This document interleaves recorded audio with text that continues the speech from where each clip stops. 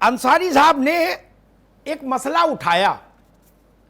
मैं तो उतना पढ़ा लिखा आदमी नहीं हूं, जो मैंने आंख से देखा बस वो कुछ सा किस्सा सुनाई दे रहा हूं, उससे पूरा प्रदेश समझ लेगा। अंसारी साहब को ज्यादा ही समझ जाएंगे, वो बहुत योगी व्यक्ति है। बातें तो बड़ी बड़ी होती हैं दोस्त। 6 साल पहले की घटना दिल्ली में लोधी रोड की। मैं किसी बड़े राजनेता के यहां बैठा था। सरकार में उनकी निर्णायक दखल होती थी। उत्तर प्रदेश के एक प्रमुख सचिव स्तर के अधिकारी भी थे, मेरा परिचय नहीं था, उन्होंने परिचय कराया। बोले हाँ इन भैया टीवी पे देखा है, बर्फी और लड्डू और बिस्कुट और नमकीन और चाय आई, वो खत्म हो गई। फिर 1-2 मक्खी उस पर आ गई, उनको इरिटेशन हुआ। पॉलिटिकल जो व्यक्ति थे उन्होंने घंटी बजाई, नौकर हो सकता कहीं दाएं बाएं हो, वॉशरूम गया हो। वो प्रमुख सचिव स्तर के अधिकारी उठा के सब जूठे कप प्लेट उधर रखे आए दूसरी तरफ। ज्ञान देंगे? अरे हमने जूता उठाते देखा, हमने लालू यादव की पीकदान उठाते देखा, हमने आंखों से। गूगल की बात नहीं कर रहा हूं, किस संविधान की बात कर रहे हैं? हमने तो मुख्यमंत्री को चप्पल लेके चलते देखा, मुख्यमंत्री को। प्रदीप जी, किसकी चप्पल थी और किसने ली आपको पता होगा। नहीं किसी सत्यदेव त्रिपाठी की उम्र के किसी आदमी से पूछेगा, वो बता देंगे। अंबार रिजवी या उस टाइप के किसी बुजुर्ग व्यक्ति से। और जो बात अंसारी साहब ने कही, वो बात कहीं लागू नहीं है। डेमोक्रेटिक सेटअप में यह कभी संभव ही नहीं कि जुडिशरी जैसी ऑटोनॉमी एडमिनिस्ट्रेशन को दे दी जाए। नो वे, कहीं नहीं। जुडिशरी से ऑटोनॉमी कैसे मिल जाएगी? अल्टीमेटली जिम्मेदार है इलेक्टेड गवर्नमेंट, इसलिए उसका कमांड तो रहेगा ही रहेगा। इसलिए एक शब्द है लोकहित में, वो चैलेंज नहीं हो सकता शब्द पर। पीपल्स विल तो केवल उसी को पता है ना, पीपल्स डिजायर, जिसको जनता ने चुन के भेजा है। और मैं लोकतंत्र में इसको ठीक भी मानता हूं।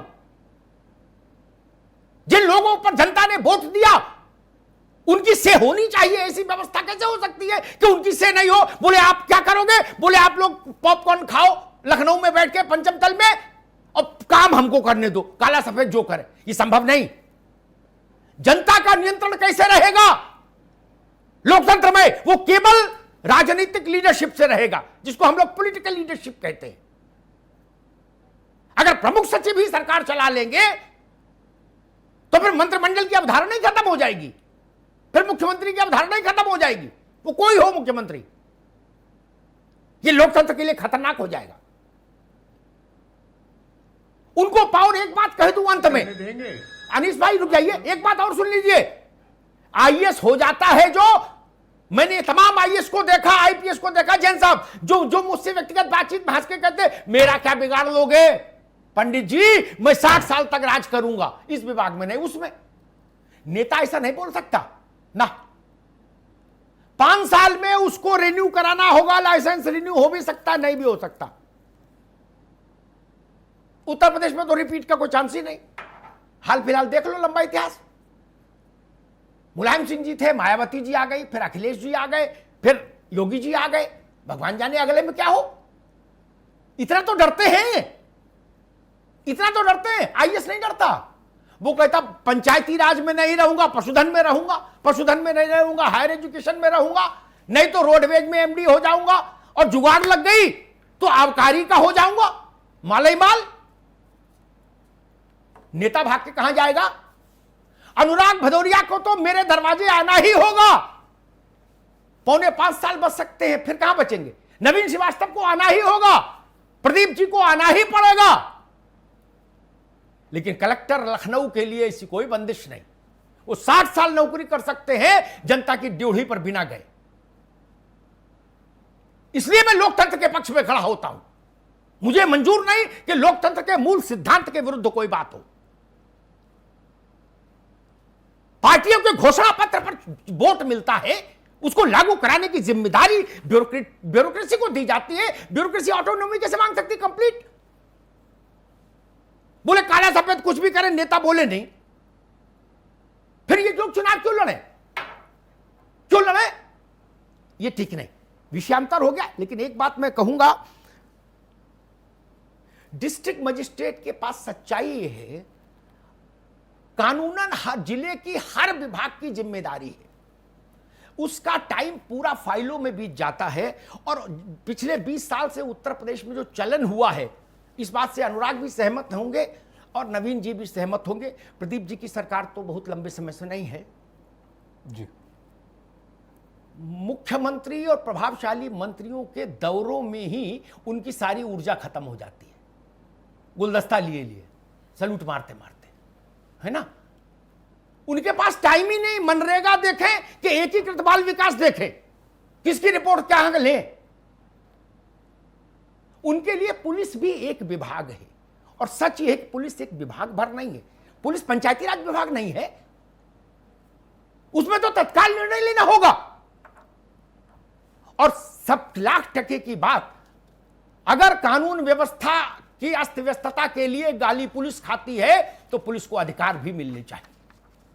यह नहीं हो सकता कि अधिकार दूसरे के पास होंगे, गाली आप खाएंगे। घेराव थाने का होता, मुझे बता दो, नरसंहार हुए बड़े बड़े उत्तर प्रदेश में, कभी कलेक्टर का दफ्तर घेरा गया? नहीं नहीं नहीं।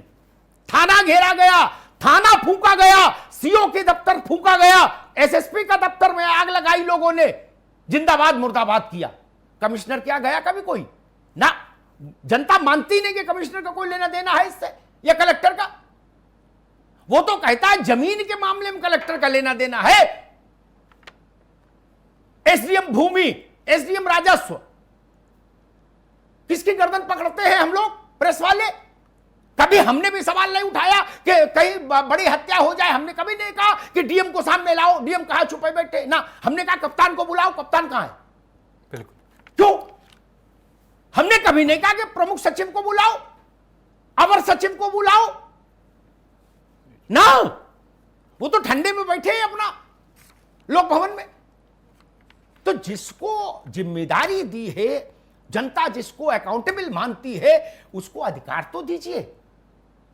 और कभी भी कोई आप सोचे कि पूरा देश में, दुनिया में कोई उदाहरण ऐसा हो कि जीरो क्राइम वाली कोई व्यवस्था कभी इतिहास में रही हो? संभव नहीं। रिस्पांस अच्छा हो पुलिस का, मौके पर उपलब्ध हो, गरीब को लगे उसकी बात सुनने के लिए बड़े अधिकारी उपलब्ध हैं। ये चीजें अगर हैं तो मैं कमिश्नरी सिस्टम के साथ रहता हूं। धन्यवाद।